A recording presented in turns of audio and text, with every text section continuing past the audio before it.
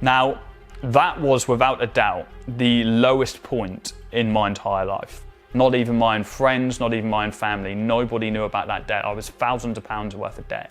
And I was chronically depressed at this time. There's no doubt about it. I was drinking 4 or 5 times a week. I was literally drinking to get away from the reality. I was pretending to have this aura around me, and that's something that I see happen so many times at the minute. Like, it's like Instagram has done this horrible thing to people where it puts this pressure on you to become this perfect person, and don't fall into that trap. The perfect life doesn't exist.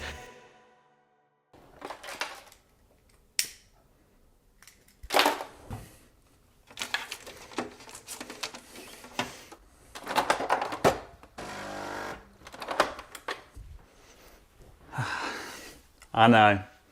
Ruin my face. It's actually the reason why I'm recording this video today. So, I had an accident, and I'm going to be talking about what actually happened later on in this video. But this is actually the reason why I'm recording this video. What happened here has inspired the rest of this video today, because I want to be honest with you guys. I haven't been completely honest with you. And there are discrepancies in my backstory that I want to address and talk about today. I was in the Affluent Academy Facebook group earlier on this week, and I was having a conversation with somebody who's going through some really dark times. They're really struggling, and there was so much that I could relate to them with their story and things that had happened in my life. And I realized, shit, there's so much that I haven't spoken to people about because of the worry of how you'll be perceived, or how people maybe will judge you, or yeah, it's just things that you hide away. And so today I want to talk about my backstory. I want to talk about how I came to be where I am today.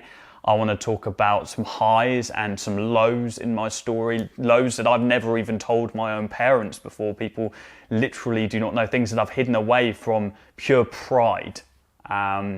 So I want to talk about that. I want to talk about a massive realization I've had in 2020 so far, a big change that we're going to have in our business, and of course talk about what has happened to this face. And so this is a different style content today. The first face to camera, normal chat of 2020, and I can't wait.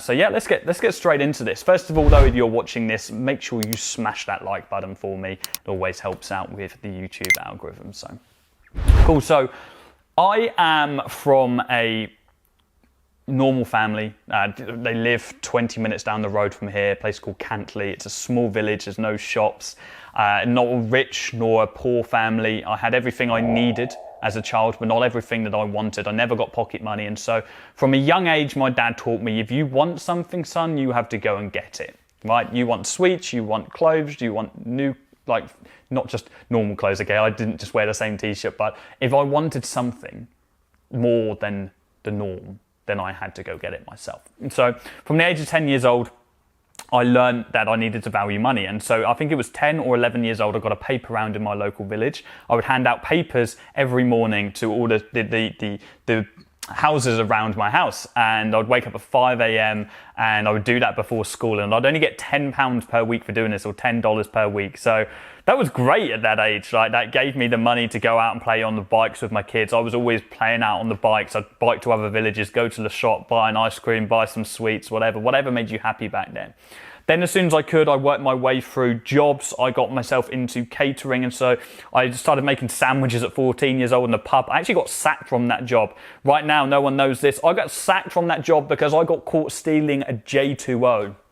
True story. But the worst thing is, and if you're watching this right now, you framed me. Someone framed me, right?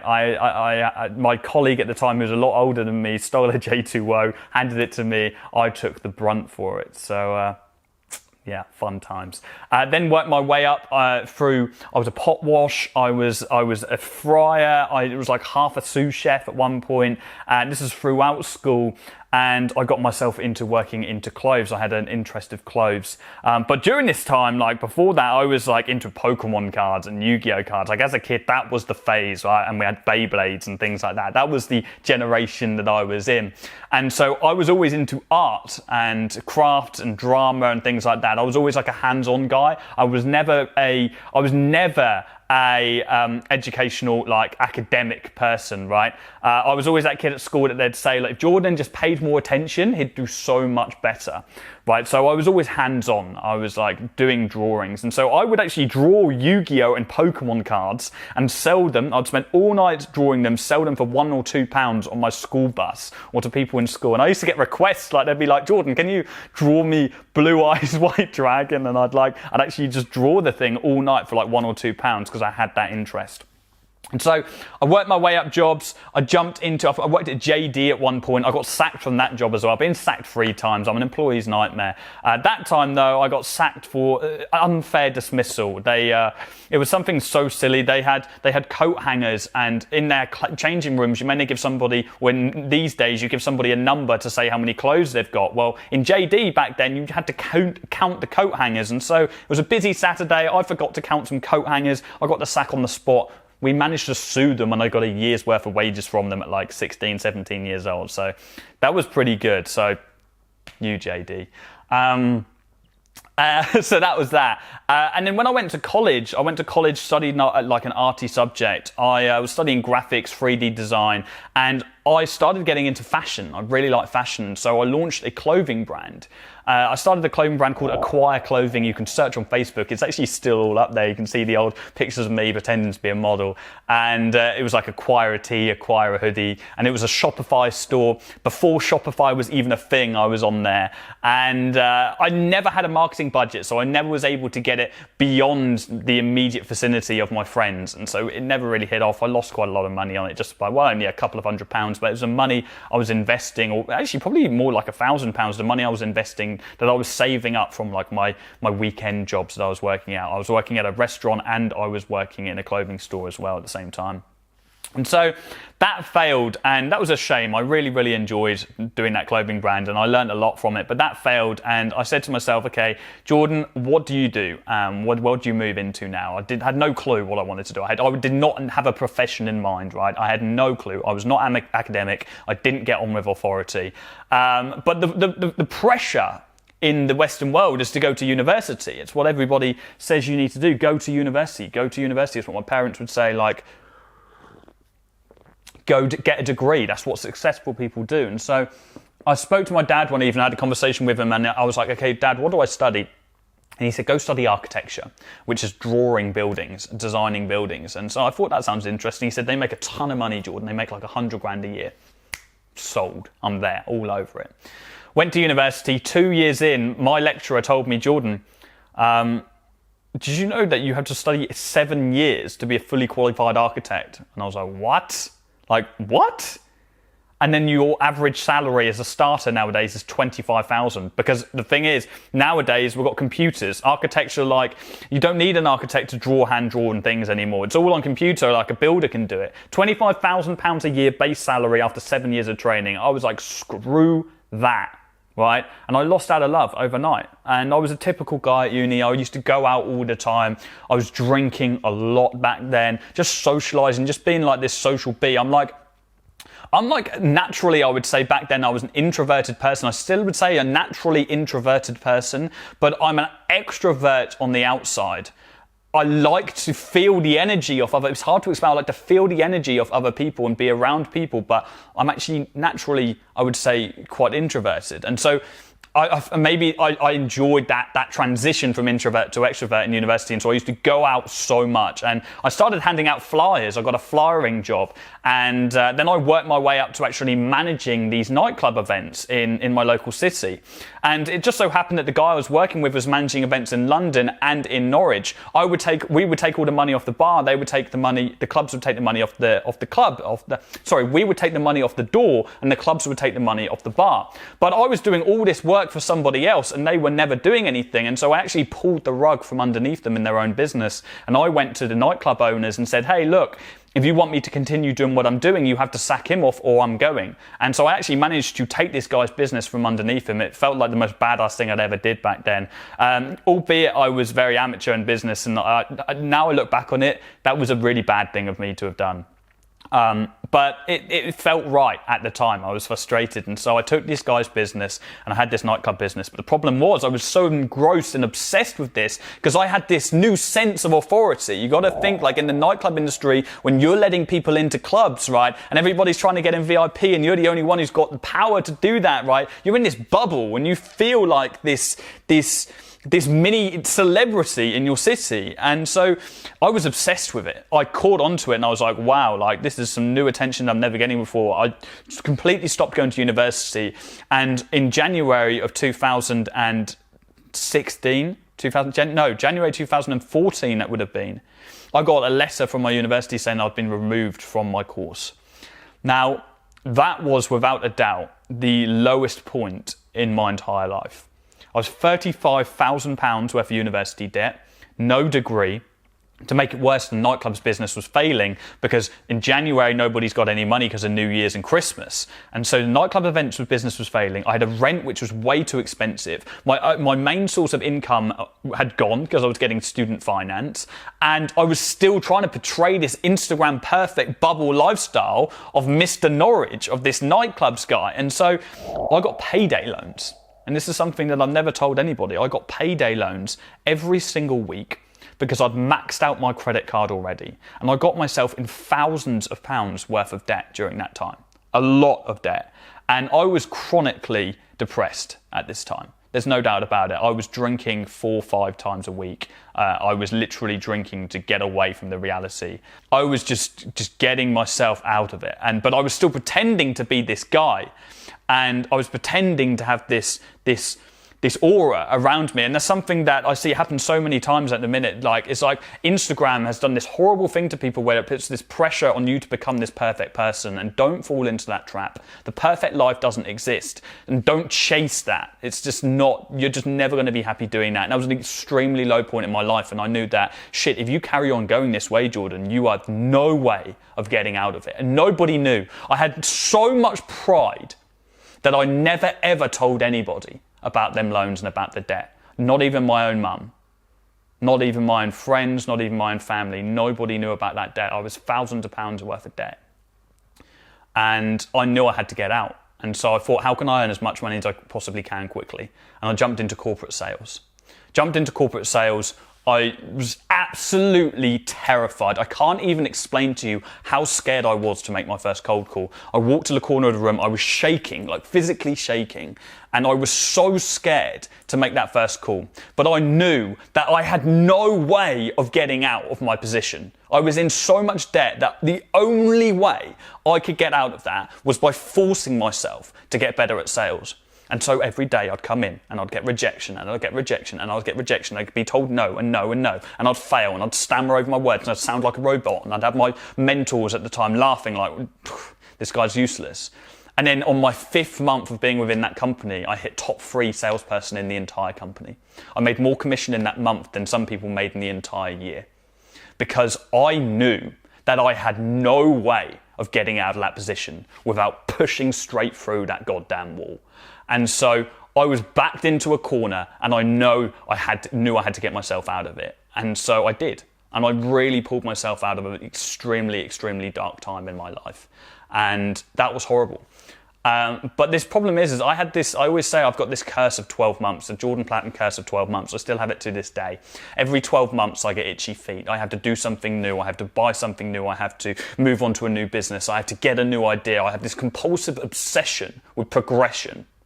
I've had 14 jobs before the age of 21 years old, right? When I jumped into corporate sales, I was 20. I had 14 jobs before the age of 21 years old. I was sacked from 3 of them. I was never in a job for longer than a year in my life because I had this obsession with progression and this inability to be content. And so I worked my way up other sales jobs. To cut a long story short now, because I'm going on a bit and there's so much to this story and maybe I can talk about this more in the future, but one day I called one of my friends, a friend called Johnny, and I was like moaning about the job. I needed to get out of it. And he was like, Jordan, I've had enough of you, man. Like literally you are the only person who can change your position. Just get out of your position and do something. And so I was involved in sales. I was involved in marketing. We knew social media marketing was the right thing to do. We looked at all these business models. Like the things didn't make sense to me. I'd already tried Shopify and like my clothing store. It didn't work out before. Would it work now? Yes, I could definitely make that work now. But I knew social media marketing was the right thing for me. Now I knew that I set a task to quit my job when I had just replaced my outgoings. I actually managed to sign my first client within 2 weeks. About a week after that, I signed my second client and I quit my job. So about 2-3 weeks after actually starting, I was cold calling like on my lunch breaks. I was cold calling in the evening. I started waking up early. I read The Morning Miracle by Hal Elrod because I experienced the lowest of the low in my life. Now, don't get me wrong. People have experienced worse. And I don't want you to feel sorry for me. That's not what I'm trying to get at here. But I had experienced my equivalent of the lowest of the low, and I did not know how I was going to get out of that position. And so I knew I never wanted to go back there. And so I knew what I needed to do to be successful. I knew that I'd already done this before when I was in corporate sales. I'd already got myself out of a rut and into something new. I knew that all I needed to do was stick to my numbers and stick to my figures, right? And so I carried across that discipline and resilience when I started my agency, and that's what propelled me forward. Now, this was in December 2017, and this is a time when I had an extremely close relationship with somebody in my family, my nan. And I had such a close relationship with her in this time in my life, and she'd kind of known everything I was going through with my sales jobs and stuff. She didn't know about the debt or whatever, but she knew where I wanted to get to in my life. I would take her out for lunch every single Friday. I'd take her out for lunch. And I would say and because I used to work Sunday to Thursday, and every Friday I'd take her for lunch, and I used to say to her, Nan, I'm going to do this. I'm going to be successful. And she saw me launch my business in the first week of December, the first couple of weeks. 3 weeks after launching my business, she passed away. And I'll never forget getting that call. She was in hospital, and I'll never forget, I got this call from my mum, and she was like, Jordan, your nan's in hospital. And I drove the fastest I've ever driven him in my entire life. I drove to that hospital, I got there, and by the time I got there, she'd passed away. And that's sad. And I always said to her, she's the one person in my life back then, when I was launching that business, I said to her, Nan, I'm going to make this. I'm going to make this for my family, for my friends, for everybody around me that I want. When I've always said to anyone who knows me, I always say, if I make it, everybody makes it. It's always been my thing. I'll retire my parents. I'll get them anything they need. My friends and everyone can enjoy my success.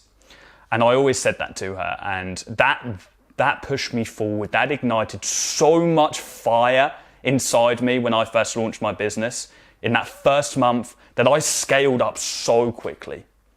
And albeit I signed up bad clients, I had bad relationships, I had clients that were so unsuitable for my service, but I was so compulsively obsessed with progression, with moving forward. And that's something I've never told anyone, how much that impacted me in that stage of my life of her passing. And she knew what I was going through when I was going through that stage of my life. And so that pushed me forward so much. So I scaled up, and I am where I am today. And I started my business because I wanted this freedom. I originally started because I wanted this freedom. I wanted the freedom to do what I want when I want. And the last 6 months, I've become so obsessed with work. Like, we're now making 6 figures on a monthly basis within the business, which is absolutely incredible. We've impacted thousands of people all over the world, tens of thousands of people. We've got tens and tens of 6-figure students, the highest success rate in the entire industry. Like, confidently, we have got such an incredibly high success rate. And we have not, since launching Affluent with our new guarantee, we have not refunded one single person who has gone through our 30-day guarantee of success. Because I understand that resilience, that drive it needs for you to be successful. That non-stop, relentless sticking to your targets, no matter what, for you to be successful. And that's what we instill, that's what we teach inside the Academy, that's what I do for people. When we go through the accountability coaching, that's why our success rate is so high. And Affluent for me is about combining everything that I've gone through, that I've learned, that I know about marketing, that I know about business, and putting it into one training program. So the business is progressing incredibly. We onboarded a new client within our agency yesterday, which is amazing. It's a seasonal wear company, clothing, and hopefully we're going to be using them as a live case study. So I'm going to be going through that with you guys. Just launched a new automatic case study funnel for the agency as well, which is really exciting. And I've realized this year, 2020 is the year to enjoy. 2020 is the year to treat everyone around me. On Christmas, I booked the most expensive holiday I've ever booked in my entire life for me and my mum. In 3 weeks' time, we're going to Dubai. She's never been somewhere like this in her life. We've booked a 360-degree panoramic suite on a brand new hotel that overlooks the Burj Khalifa, the tallest building in the entire world, right? This is a holiday that I would never even imagine being able to afford ever in my life. But I want to do that because I want her to experience that with me, and I want to start treating the people around me. I've just bought a new house, getting a new house. It's the most beautiful house. I'm going to show you a picture. And this is the new Affluent HQ. This is where my friends, my family, and everyone around me is going to start enjoying this success. And I mean, we've got a hot tub. It's got like a pool table. It's absolutely amazing. And there's going to be so much content, vlogs, and everything that's being recorded there. And I'm going to start this progression, this 2020, 2021, we're scaling up at such a huge rate with 6 figures on a monthly basis.